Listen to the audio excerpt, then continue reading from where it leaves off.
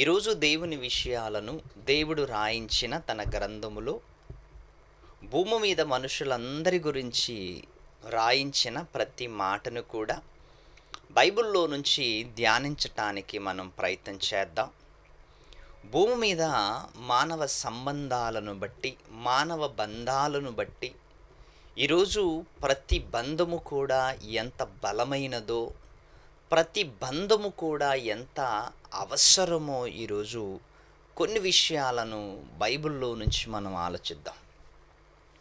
ఈ భూమి మీద మానవ బంధాలను కాస్త ఆలోచించగలిగితే నిజంగా దేవుడు ఎంత మంచి ప్లాను, ఎంత మంచి సిస్టమ్ ఏర్పాటు చేశాడో మీరు ఆలోచించండి. పిల్లలని పెంచటానికి అమ్మా నాన్న ఎంత అవసరమో ఇది సమాజంలో ఒక ప్రాముఖ్యమైన బంధముగా ఈరోజు మనం గుర్తిస్తున్నాం. అమ్మ లేకుంటే కుటుంబము నాశనమవుతుంది, నాన్న లేకుంటే కుటుంబము నాశనమవుతుంది. ఈ బంధాలన్నీ కూడా ఈ భూమి మీద మనము చూస్తున్నాం. అమ్మ, నాన్న, అక్క, చెల్లి, తమ్ముడు, అన్నయ్య, ఈ బంధాలను ప్రియులరా ఒక తండ్రి గర్భాన వచ్చిన వాళ్ళంతా కూడా ఒక కుటుంబస్తులుగా, ఉమ్మడి కుటుంబముగా ఉంటున్న మనుషుల బంధాలు చిన్నగున్నప్పుడు అక్క, అన్న, తమ్ముడు, తండ్రి, తల్లి అని ఒక ప్రేమతో కూడుకున్న బంధముగా మనకి కనిపిస్తుంటుంది. అన్న ఇంటికి రాకపోతే అక్క విలువెల్లాడుతుంటుంది, చెల్లెలు ఇంటికి రాకపోతే అన్న విలువెల్లాడుతుంటాడు, తమ్ముడు ఇంటికి రాకపోతే అన్న బాధపడుతుంటాడు, తల్లిదండ్రులు బాధపడుతుంటారు. ఈ బంధానికి ఎందుకు ఇంత బలమైన బంధముగా మనము అనుకుంటున్నాము? ఈ బలమైన బంధము ఎందుకు ఇంతగా ఏర్పడింది అంటే ఇందులో ప్రేమ కనిపిస్తుంది ప్రియులారా. ఈ బంధములో ప్రేమ కనిపిస్తుంది. అన్న, అక్క, చెల్లి, తండ్రి, తల్లి, ఈ బంధములో దేవుడు ఏర్పాటు చేసిన ఒక ప్రణాళిక మనకు కనిపిస్తుంటుంది. భార్య మధ్యలో వచ్చుంటుంది. భార్య రాకముందు, భార్య తన జీవితంలోకి రాకముందు నిజంగా అక్క, చెల్లి, అన్న, తల్లి, తండ్రి, ఈ ప్రేమలు మనం చూస్తున్నప్పుడు నిజంగా చిన్నప్పుడు ఆ ప్రేమలతో మనం ఉంటున్నప్పుడు అందరూ కుటుంబములో ఉమ్మడి కుటుంబముగా ఉన్నప్పుడు, అందరూ ఒకే కుటుంబములో ఒకే ఇంట్లో ఉన్నప్పుడు, అందరూ ఒకే కంచములో తింటున్నప్పుడు, అందరూ ఒకే బెడ్ మీద పండుకుంటున్నప్పుడు ఆ వచ్చే ఆనందము నిజంగా ఎప్పుడు మరి తిరిగి తీసుకురాలేమేమో అనిపిస్తుంటుంది. ఎందుకు అంటే భూమి మీద దేవుడు ఏర్పాటు చేసిన బంధం అలాంటిది, చాలా గొప్ప బంధం. నిజంగా మీరు ఆలోచించండి. యేసుక్రీస్తు వారి గురించి దేవుడు ఒక మంచి మాట పలికాడండి. ఏంటి అంటే, ఇదిగో ఈయనే నా ప్రియ కుమారుడు, ఈయనెందు నేను ఆనందిస్తున్నాను అని పరలోకము నుంచి దేవుడు తన కుమారుడు గురించి ఇంత మంచి సాక్ష్యము చెప్తున్నాడు అంటే ఆ బంధము ఎంత విలువైనది మీరు ఆలోచించండి. ఇదిగో ఈయనే నా ప్రియ కుమారుడు, ఈయనెందు నేను ఆనందిస్తున్నాను.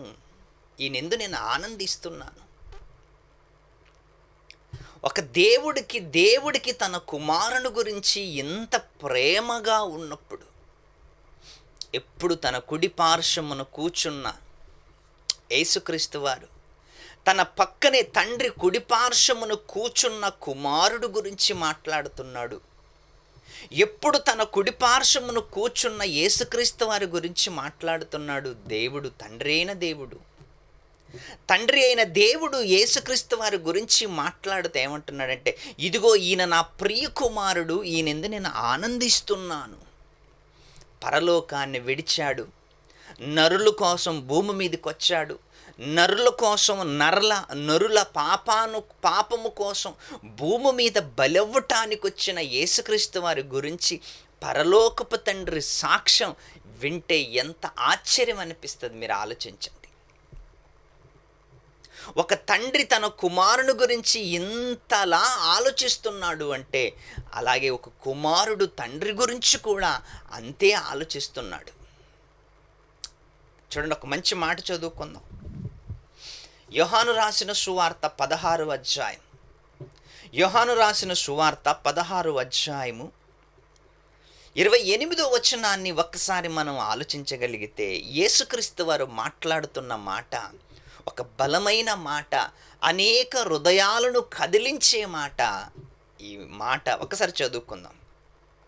నేను తండ్రి యొద్ద నుండి బయలుదేరి లోకమునకు వచ్చి ఉన్నాను. నేను తండ్రి యొద్ద నుండి, తండ్రి దగ్గర నుండి బయలుదేరి ఈ లోకమునకు వచ్చి ఉన్నాను. ఒక తండ్రి కుటుంబము నుంచి, ఒక కొడుకు కుటుంబము నుంచి విదేశాలకు వెళుతున్నప్పుడు కుటుంబం అంతా కూడా బాధతో, కన్నీళ్లతో రైల్వే స్టేషన్ వరకు, ఎయిర్పోర్ట్ వరకు సాగనంపటానికి కన్నీళ్ళు భారముతో వెళుతుంటుంది కుటుంబం అంతా. అవునా కదా? ఒక పక్క తల్లి ఏడుస్తుంటుంది, ఒక పక్క నాన్న ఏడుస్తుంటాడు, ఒక పక్క అక్క, తమ్ముడు అందరూ ఏడుస్తుంటారు. ఎందుకు మీరు ఆలోచించండి. మా అన్న వెళుతున్నాడని చెల్లి అంటే, మా తమ్ముడు వెళుతున్నాడు అని అక్క అంటే, నా కొడుకు వెళుతున్నాడు అని తల్లిదండ్రులంటే, అసలు ఈ బంధానికి ఎంత ప్రాముఖ్యత, ఈ బంధానికి ఎంత విలువ మనం ఒక్కసారి ఆలోచిస్తే, దేవుడు దగ్గర నుంచి వచ్చిన యేసుక్రీస్తు వారు కూడా ఏం మాట్లాడుతున్నాడో ఒకసారి ఆలోచించండి. నేను తండ్రి యొద్ద నుండి బయలుదేరి లోకమునకు వచ్చి ఉన్నాను, మరియు లోకమును విడిచిపెట్టి తండ్రి యొద్దకు వెళ్ళుచున్నానని వారితో చెప్పెను. పరలోకాన్ని విడిచేటప్పుడు యేసుక్రీస్తు వారి ఆవేదన, తండ్రి ఆవేదన కొడుకు పట్ల. ఈ లోకములోకి వచ్చిన తర్వాత, ఈ లోకములో యేసుక్రీస్తు వారు జీవిస్తుంటే, ఈ లోకములో యేసుక్రీస్తు వారు బాధపడుతుంటే, ఈ లోకములో యేసుక్రీస్తు వారు కొరడ దెబ్బలు తింటుంటే, ముళ్ళ కిరీటం పెట్టుకొని ఉంటే, ఆయన ఎక్కడ పడుకున్నాడు, ఇవన్నీ చూస్తుంటే పరలోకపు తండ్రి ఆవేదన మీరు ఆలోచించండి. ఒక కొడుకు మీదున్న గౌరవము, తండ్రి ప్రేమ ఇంత అంత కాదు. విదేశాల నుంచి ఫోన్ చేయగానే, నాన్న పరిస్థితులు ఏం బాగలేవు, ఇక్కడంక పడుకోవటానికి స్థలం లేదు, నన్ను ఎవరు పట్టించుకోరు, జాబ్ దొరకటం లేదు, సరిగ్గా అన్నం లేదు నాయన, ఈరోజు భోజనం చేయలేదు నాయన అని తల్లిదండ్రులకు ఫోన్ చేసి చెప్పుతుంటే, ఆ వేదన, తండ్రి తల్లిదండ్రులు పడుతున్న ఆవేదన, వరేను తొందరగా వచ్చేయరా, అక్కడి నుంచి మనం గంజి దాగైనా బ్రతుకుదాం ఒక దగ్గరుండి అన్న తండ్రి మాటలు చూడండి. మరి యేసుక్రీస్తు వారి గురించి, భూమి మీద 33.5 సంవత్సరాలు యేసుక్రీస్తు వారు బ్రతుకుతున్న ఈ జీవితకాలం యేసుక్రీస్తు వారు పడిన కష్టము, కన్నీటి బాధలు, కొరడ దెబ్బలు, బల్లెపు పూట, శీలలు, ఇవన్నీ కూడా యేసుక్రీస్తు వారు అనుభవిస్తుంటే పరలోకపు తండ్రి ఆవేదన మీరు ఆలోచించండి. పరలోకపు తండ్రి కొడుకు గురించి ఎంత బాధపడి ఉంటాడు, ఎంత కలత చెంది ఉంటాడు, ఎంత ఆవేదన పడి ఉంటాడు. కొడుకు విదేశాల నుంచి, అన్న సరిగ్గా తినలేదని, అన్న భోజనం లేదు అని ఫోన్లో మాట్లాడగానే తల్లిదండ్రులు గుండె తరిచిపోతున్నప్పుడు నిజంగా మీరు ఆలోచించండి. ఒక పరలోకపు తండ్రి బాధ, ఆ బాధ ఎవరికి తెలుసు అంటే ఒక యేసుక్రీస్తుకి తప్ప ఇంకెవ్వరికి తెలియదండి. కళ్ళార చూస్తూ కుడి పార్శ్వమును కూర్చు తండ్రి ఆవేదనను గుర్తించిన యేసుక్రీస్తు వారు, ఆ ఆవేదనను గుర్తించిన యేసుక్రీస్తు వారు ఎలాగైనా భూమి మీదకి వెళ్ళాలి అని నిర్ణయించుకొని వచ్చిన యేసుక్రీస్తు వారి గురించి మాట్లాడుతున్న మాటలు, ఒక్కొక్క మాట బైబిల్లో మనం చూస్తున్నప్పుడు యేసుక్రీస్తు వారు ఏమంటున్నారు తెలుసా? నాన్న, సాధ్యమైతే ఈ గిన్నెను నా యొద్ద నుండి తొలగించు. కష్టాలు, కన్నీళ్ళు, ఇబ్బందులు, బాధలు. ఆ బంధము చూడండి ఎంత బలమైన బంధం. ఒక తండ్రి కొడుకులకు ఉన్న మధ్య బంధము నిజంగా ప్రియులరా అద్భుతం. నాన్న నీ చిత్తమైతే ఈ గిన్నెను నా యొద్ద నుండి తొలగించు, అయినా నీ చిత్తమే జరుగునుగాక, నీ చిత్తమే జరుగునుగాక. ఎందుకంటే నీ బాధను అర్థం చేసుకొని, నీ ఆవేదనను అర్థం చేసుకొని నేను భూమి మీదకి వచ్చాను. నాకేం జరగాలి, ఎలాంటి బాధలు పొందాలి, నేను ఎలాంటి ఇబ్బందులు ఎదుర్కోవాలి, అయినా పర్వాలేదు, నీ సంతోషమే నా సంతోషం. మీరు బాగా ఆలోచించండి ప్రియులారా. విదేశాలలో కొడుకు పస్తున్నా కూడా ఏమంటాడు తెలుసా? నాన్న ఏం పర్లేదు, అడ్జస్ట్ అయిపోతాను, మనకు అప్పులున్నాయి, ఇల్లు లేదు, ఇల్లు కొనుక్కోవాలి, అప్పులున్నాయి, చెల్లి పెళ్లి చేయాలి, తమ్ముడు పెళ్లి చేయాలి అని ఎన్నో బాధలు, ఎంతో భారముతో కూడుకున్న మాటలు తల్లిదండ్రులకి చెప్తున్నప్పుడు తల్లిదండ్రులు కూడా ఇంకా సైలెంట్ అయిపోతారు ప్రియులారా.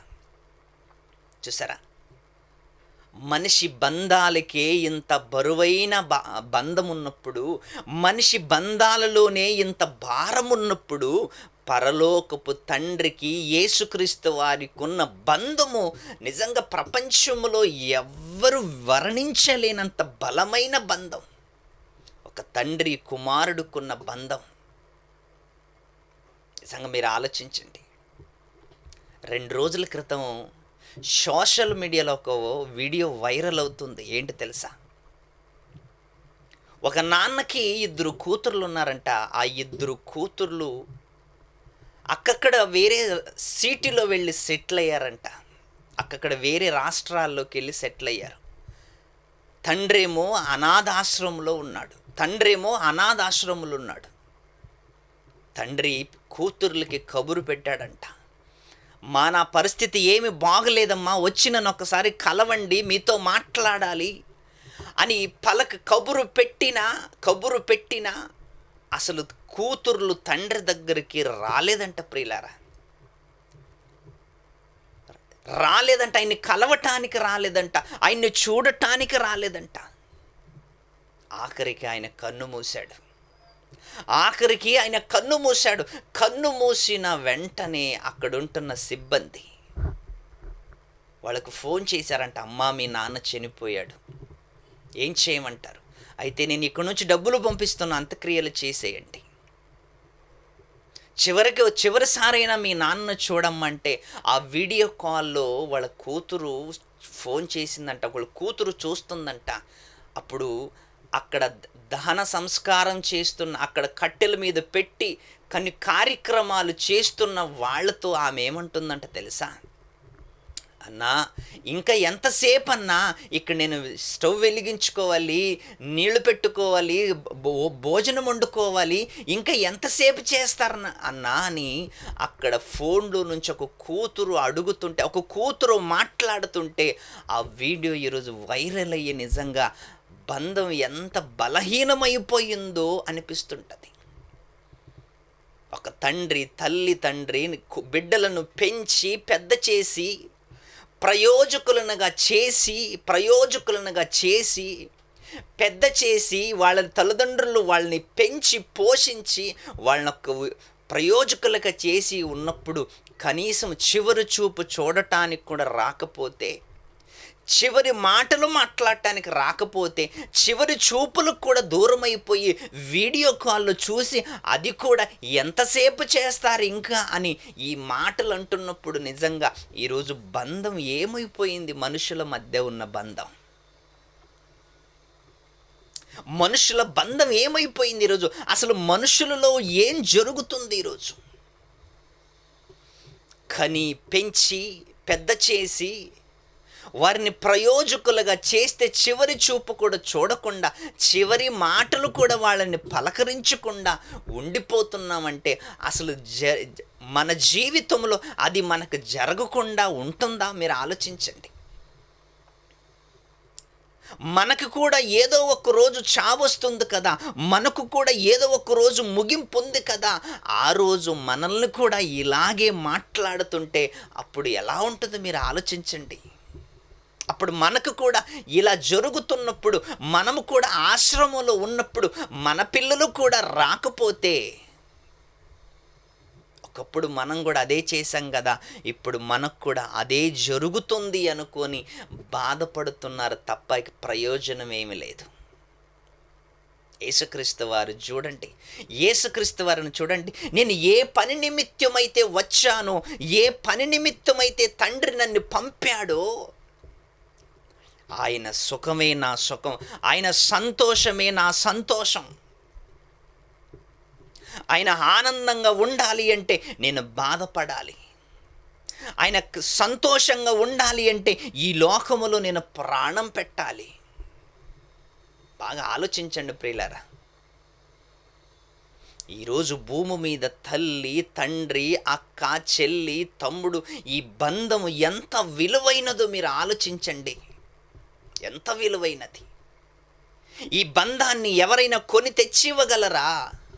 ఈ బంధాన్ని ఎవరైనా తెచ్చివ్వగలరా? అన్నని తెచ్చివ్వగలరా? తమ్ముడిని తెచ్చివ్వగలరా? అమ్మని తెచ్చివ్వగలరా? నాన్నని తెచ్చివ్వగలరా? అక్కని తెచ్చివ్వగలరా? ఎవ్వడు ఇవ్వలేడు ప్రియులారా, ఎవ్వడు ఇవ్వలేడు ఈ బంధం. భార్య చనిపోతే మరొక భార్య దొరుకుతుంది, భర్త చనిపోతే మరొక భర్త దొరుకుతాడు, అమ్మ చనిపోతే మరొక అమ్మ దొరకదు, నాన్న చనిపోతే మరొక నాన్న దొరకడు, అక్క చనిపోతే సొంత అక్క దొరకదు, చెల్లి చనిపోతే సొంత చెల్లి దొరకదు. ఎందుకంటే ఒక గర్భము నుండి పుట్టుకొచ్చిన ఈ బంధము రోజు రోజుకి ఎంత బలహీనమైపోతుందో మీరు ఆలోచించండి.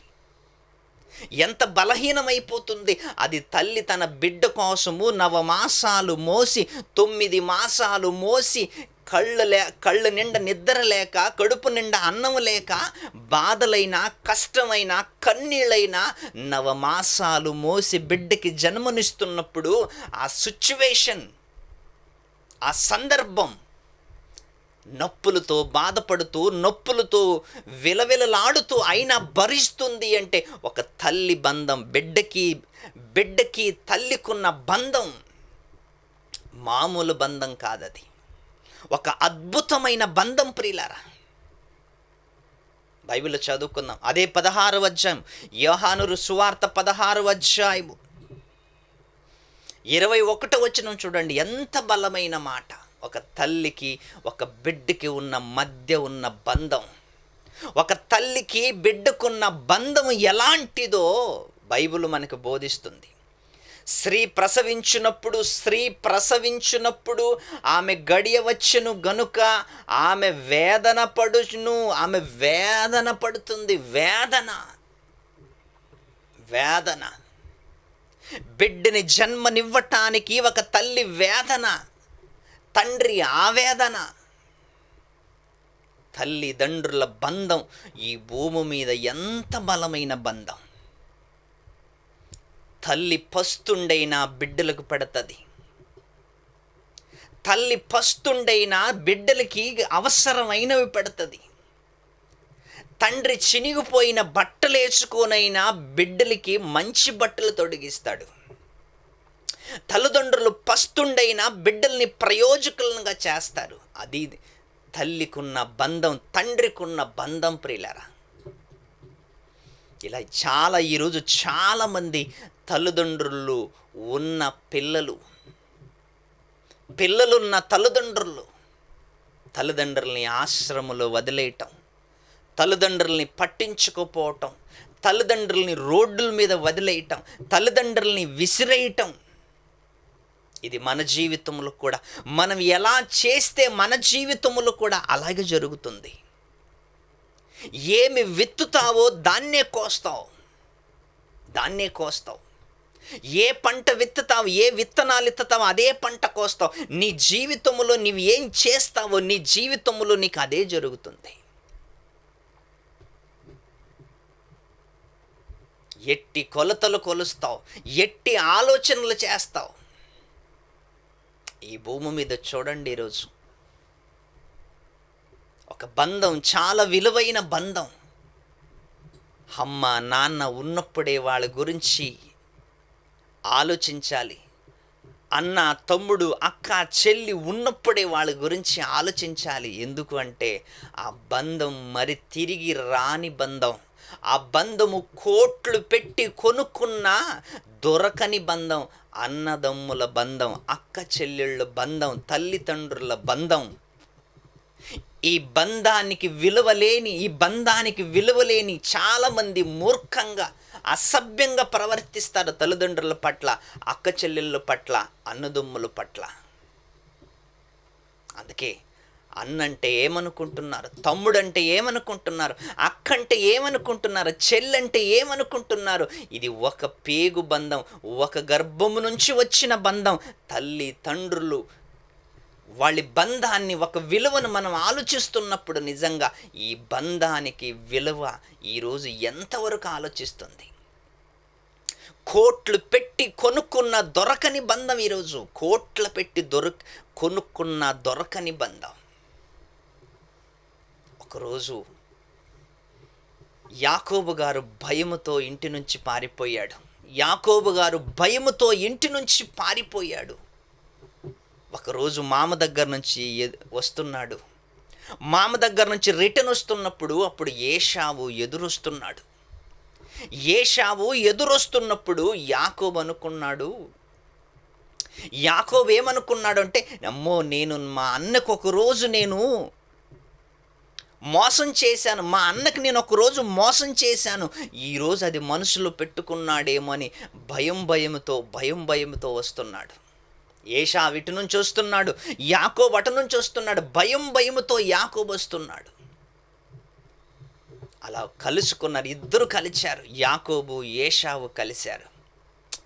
అలా కలిసిన వెంటనే నిజంగా మీరు ఆలోచించండి, కలిసిన వెంటనే ఒకరికొకరు అత్తుకున్నారు, కన్నీళ్లు కార్చుకున్నారు. అదేనండి బంధం. అన్నదమ్ముల బంధం ఎంత బలమైనదో మీరు ఆలోచించండి. నేను మా అన్నను మోసం చేశాను అని భయముతో వస్తున్న యాకోబు గారిని చూసి ఏశావు గారు అత్తుకున్నాడు. ప్రియులారా, అత్తుకున్నాడు. ఎందుకంటే అది ఒక తల్లిదండ్రుల గర్భము నుంచి వచ్చిన బంధం. అది దేవుడు ఏర్పాటు చేసిన బంధం.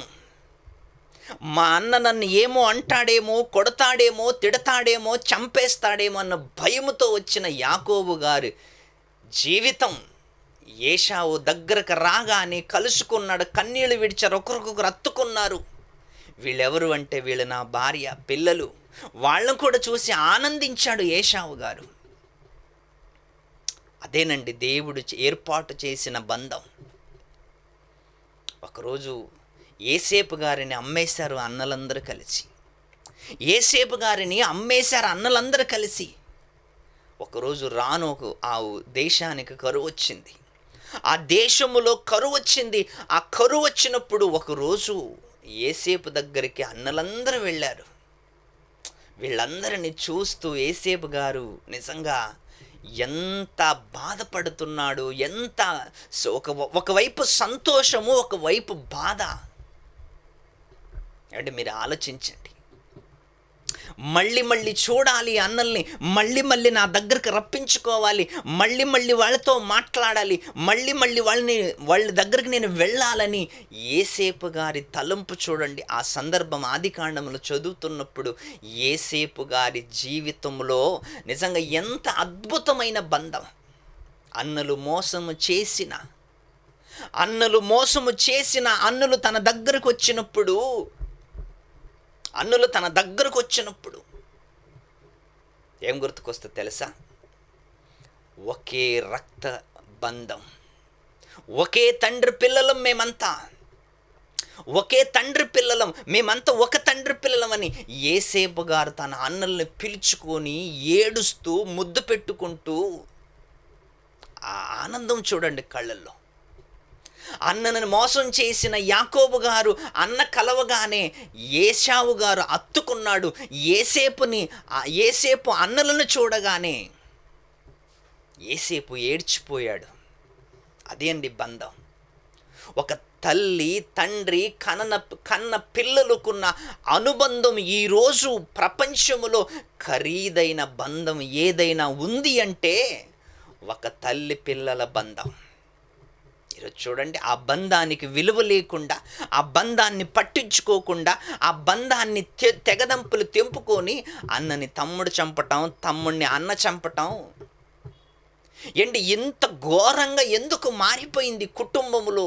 మీరు ఆలోచించండి. ఆస్తుల కోసం,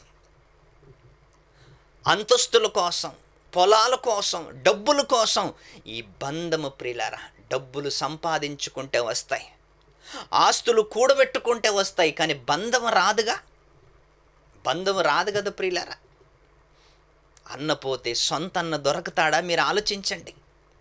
తమ్ముడు పోతే సొంత తమ్ముడు దొరకతాడా? మీరు ఆలోచించండి. అక్క పోతే సొంత అక్కయ్య దొరుకుతుందా? ఆలోచించండి. అమ్మ నాన్నలు పోతే సొంత అమ్మ నాన్నలు దొరకతారా? మీరు ఆలోచించండి. దొరకరు. ఆస్తి దొరుకుతుంది, అంతస్తు దొరుకుతుంది, ప్రాపర్టీ దొరుకుతుంది, మిగతా ప్రపంచంలో అందరూ దొరుకుతారు, స్నేహితులు దొరుకుతారు, అందరూ దొరుకుతారు. కానీ అమ్మ నాన్నలు, అక్క చెల్లెలు, తమ్ముడు, అన్న వీళ్ళెవ్వరు దొరకరు మనకి. ఎందుకు తెలుసా?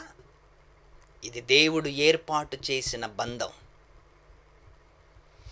స్త్రీ ప్రసవించినప్పుడు ఆమె గడియ వచ్చెను గనుక ఆమె వేదన పడును. అయితే శిశువు పుట్టగానే లోకమందు నరుడొక్కడు పుట్టెనను సంతోషము చేత ఆమె ఆ వేదన మరియు జ్ఞాపకం తెచ్చుకొనదు. ఎన్ని బాధలు అనుభవిస్తుంది తల్లి. బిడ్డను కంటున్నప్పుడు ఎన్ని బాధలు అనుభవిస్తుంది, ఎంత ఆవేదన, ఎంత బాధలు. ఆ బాధలు, ఆ కన్నీళ్ళు, ఆ 1-2 గంటల సేపు బిడ్డ బయటికి రానంతసేపు ఒక తల్లి ఆవేదన అంతా ఇంత కాదండి. ఎన్ని కష్టాలైనా భరిస్తుంది, ఎన్ని బాధలైనా భరిస్తుంది, ఎన్ని నొప్పులైనా భరిస్తుంది. కానీ తన బిడ్డకి జన్మనివ్వగానే, తన బిడ్డ బయటికి రాగానే అవన్నీ మర్చిపోతుందంట ఒక తల్లి. అవన్నీ మర్చిపోయి ఆనందముతో ఆ బిడ్డను చూస్తున్నప్పుడు నొప్పులన్నీ ఆవిరైపోతాయి. అందుకే మీరు బాగా ఆలోచించండి. ఒకరోజు అబ్రహాం గారు వృద్ధాపమందు దేవుడు మంచి గర్భఫలం ఇచ్చాడు. అబ్రహాము గారికి వృద్ధాపమందు ఈసాకును దయచేశాడు. అలా ఆయనతో ఆడుకుంటూ పాడుకుంటూ తన జీవనం గడుపుతున్నప్పుడు ఒకరోజు దేవుడు పిలిచాడు, అబ్రహామా, నీ కొడుకుని నాకు బలివ్వాలి అయ్యా అన్నప్పుడు. నిజంగా మీరు ఆలోచించండి, అబ్రహాం గారు ఎంత యథార్థపరుడంటే దేవుడికి మరొక మాట తిరిగి పలకనివాడు. ఎందుకు నేను ఇవ్వాలి అననివాడు, ఎందుకు నేను మా బంధువుల్ని విడిచిపెట్టాలి అననివాడు. అంత మంచివాడు అబ్రహాము గారు. ఒకరోజు నీ కుమారుని నాకు బలివ్వాలి అనగానే ఏం చెప్పకుండా, ఏమి మాట్లాడకుండా ఆ కొడుకును తీసుకెళ్ళిపోతున్నాడు. ఇసాకు అడుగుతున్నాడు, నాన్న మరి దేవుడు బలి అడిగాడంట కదా, మరి గొర్రేది అన్నప్పుడు దేవుడు చూసుకుంటాడు నాన్న, మనం వెళదాం. అలా వెళ్ళాడు, కట్టెలేరాడు, కట్టెలు కుప్పేశాడు. ఆ కట్టెల మీద తన కొడుకైన ఈసాకుని చేతులు కాళ్ళు కట్టేశాడు, పడుకోబెట్టాడు. తన చేతులతోనే తన కొడుకుని దేవునికి బలివ్వాలనుకున్నాడు. తన చేతులతోనే తన దేవుడికి బలివ్వాలనుకున్నాడు అబ్రహాము గారు. ఈ మనస్సు నీకు నాకుందా? ఈరోజు మన కొడుకుని దేవునిలో పెంచటానికే వెనక్కాడుతున్నాం. ఈరోజు మన కూతుర్ని దేవుని సేవలో పెంచటానికే వెనక్కాడుతున్నాం. దేవుని కోసం బలివ్వటమా? ఆలోచించండి. మనకు దేవుడుకున్న బంధం ఎలాంటిదో మీరు ఆలోచించండి. దేవుడు నిన్ను పిలిస్తే నీ ఆలోచన ఏంటి? దేవుడు నిన్ను పిలిస్తే నీ పని ఏంటి? ఇంతకీ చివరిదాకా కత్తె ఎత్తాడు, బలివ్వటానికి కత్తె ఎత్తాడు. అబ్రహామా నీవు ఆగు. అప్పటిదాకా దేవుడు మన జీవితాన్ని చూస్తాడు. అప్పటిదాకా దేవుడు మనల్ని పరీక్షిస్తాడు. ఆ పరీక్షలో నువ్వు పాస్ అయితే దేవుడు నిన్ను ఇదిగో ఈయన నా ప్రియకుమారుడు అంటాడు. అందుకే ఈ భూమి మీద బంధం అనేది చాలా విలువైన బంధం ప్రియులారా. అమ్మ, నాన్న, అక్క, అన్న, చెల్లి, తమ్ముడు, ఈ బంధానికి ఎంత విలువ ఉందంటే కోట్లు పెట్టిన రాని బంధం ఈ బంధం. అందుకే సొంత వారిని పలకరింపు ఎలా ఉంటుంది, సొంత అన్నని పలకరించే విధానం, సొంత తమ్ముడిని పలకరించే విధానం, సొంత అక్కని, సొంత చెల్లెలను పలకరించే విధానం చూడండి. ముసలుగైనా ఎక్కడో ఒక దగ్గర మా అక్క, మా చెల్లి, మా తమ్ముడు, మా అన్న ముసలగైనా 70 సంవత్సరాలు దాటినా ఆ బంధము ఇంకా బలముగా ఉంది అంటే కారణం ఒక గర్భము నుంచి వచ్చిన వాళ్ళు కాబట్టి. మర్చిపోలేని బంధం, విడిపోలేని బంధం, అమ్మ నాన్నల బంధం, అక్క చెల్లెళ్ళు బంధం, అన్న దమ్ముల బంధం. ఈ బంధాన్ని నిజముగా అర్థం చేసుకుంటే నిజంగా ఎంత అద్భుతం మీరు ఆలోచించండి. చిన్నప్పుడు చూడండి, అన్న తొడుక్కొని విడిచిన షర్టు తమ్ముడు వేసుకుంటుంటాడు. ఎందుకంటే మా తమ్ముడే కదా అని అవసరమని మరీ ఇస్తుంటాడు. అక్క విడిచిన డ్రెస్సు చెల్లి వేసుకుంటుంటుంది. అక్క విడిచిన చెప్పులు చెల్లి వేసుకుంటుంటుంది. అన్న తొడిగిన చెప్పులు తమ్ముడు వేసుకుంటుంటాడు. ఎందుకంటే అందరూ కలిసి ఉంటారు కాబట్టి. ఒకరి డ్రెస్సు ఒకరు వేసుకుంటారు, ఒకరి చెప్పులు ఒకరు వేసుకుంటారు, ఒకే ప్లేట్లో తింటారు, ఒకే గ్లాసులు నీళ్ళు తాగుతారు, ఒకే బెడ్ మీద పడుకుంటారు, ఒకే ఇంట్లో ఉంటారు, ఒకే ఫ్యాన్ కింద ఉంటారు.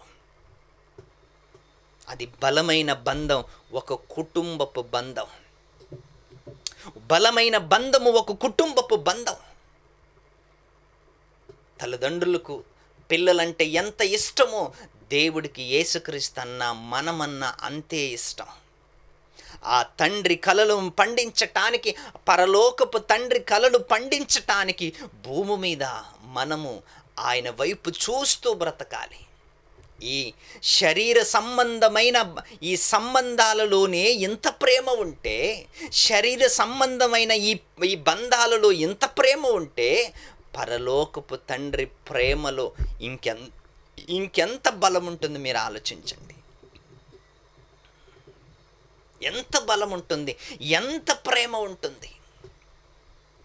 ఒక మంచి మాట యోహాను రాసిన సువార్త 15వ అధ్యాయము 12వ వచనం. 15వ అధ్యాయము 12వ వచనం. నేను మిమ్మల్ని ప్రేమించిన ప్రకారము మీరు ఒకరినొకడు ప్రేమించవలనన్నట్టే నా ఆజ్ఞ. దేవుని ఆజ్ఞ ఏంటంట, నేను మిమ్మల్ని ఎలాగైతే ప్రేమించాను మీరును ఒకడికొకడు అలా ప్రేమించుకోవాలి. ఇదే నా ఆజ్ఞ అంటున్నాడు దేవుడు. ఇదే నా ఆజ్ఞ, ఇది మీరు చేయవలసింది. ఒక తల్లిదండ్రులకు కూడా పిల్లలకి ఏమంటాడో తెలుసా? పిల్లలతో ఏమంటారు తెలుసా? మీ అన్న, మీ చెల్లెలు, మీ అక్క, మీ కూతురు. అంటే మీరు బాగా ఆలోచించండి. ఒక తల్లిదండ్రులు తమ పిల్లలకి ఏం నేర్పుతున్నారంటే, అక్క, చెల్లెలు, తమ్ముడు, అన్న మీరంతా కూడా ఐకమత్యంగా ఉండాలి, ప్రేమించుకోవాలి, ఒకటే ఆలోచనతో ఉండాలని ఒక తల్లిదండ్రులు పిల్లలకి ఎలాగైతే నేర్పుతున్నారో దేవుడు కూడా యేసుక్రీస్తు వారి ద్వారా ఇదే నేర్పుతున్నాడు. నేను మిమ్మల్ని ప్రేమించిన ప్రకారము మీరును ఒకరినొకడు ప్రేమించవలననుటయే కదా నా ఆజ్ఞ. తన స్నేహితుల కొరకు తన ప్రాణం పెట్టువాని కంటే ఎక్కువైన ప్రేమ గలవాడెవడు లేడు. ఎంత మంచి మాటలు, ఎంత మంచి బోధ, మన బంధాన్ని బలపరిచే బోధ. తల్లిదండ్రులు, కుటుంబాన్ని బలపరిచే బంధం ఇది. అందుకే మీరు ఆలోచించండి. ఈ జీవితం ఉన్నంత వరకు ప్రియులారా, అక్కని, అన్నని, తమ్ముడిని, చెల్లెలని, అమ్మ నాన్నలని, ఈ బంధాన్ని ఎప్పుడు మర్చిపోకూడదు. ఎందుకు మర్చిపోకూడదంటే, ఒక్కసారి ఇది పోయింది అంటే మళ్ళీ మనకి రాదు. ఇది ఒకసారి పోయిందంటే మళ్ళీ రాదు ప్రియులారా. ఇది ఎప్పటికీ రాదు, ఎప్పటికీ రాదు. ఆస్తుల కోసం అన్నదమ్ముల మధ్య దూరాలు, ఆస్తుల కోసం అక్క చెల్లెళ్ళ మధ్య దూరాలు, ఇవన్నీ ఉండకుండా. ఎందుకంటే ఆస్తులు వస్తాయి పోతాయి, ధనము వస్తుంది పోతుంది, కానీ బంధం ఒక్కసారి పోయిందంటే మళ్ళీ తిరిగి రాని బంధం, మళ్ళీ తిరిగి రాదు ఈ బంధం, మళ్ళీ ఎప్పుడు కనిపించదు ఈ బంధం. అందుకే అన్న ఉన్నప్పుడు ప్రేమించండి, తమ్ముడు ఉన్నప్పుడు ప్రేమించండి, అక్క ఉన్నప్పుడు ప్రేమించండి, చెల్లెలు ఉన్నప్పుడు ప్రేమించండి.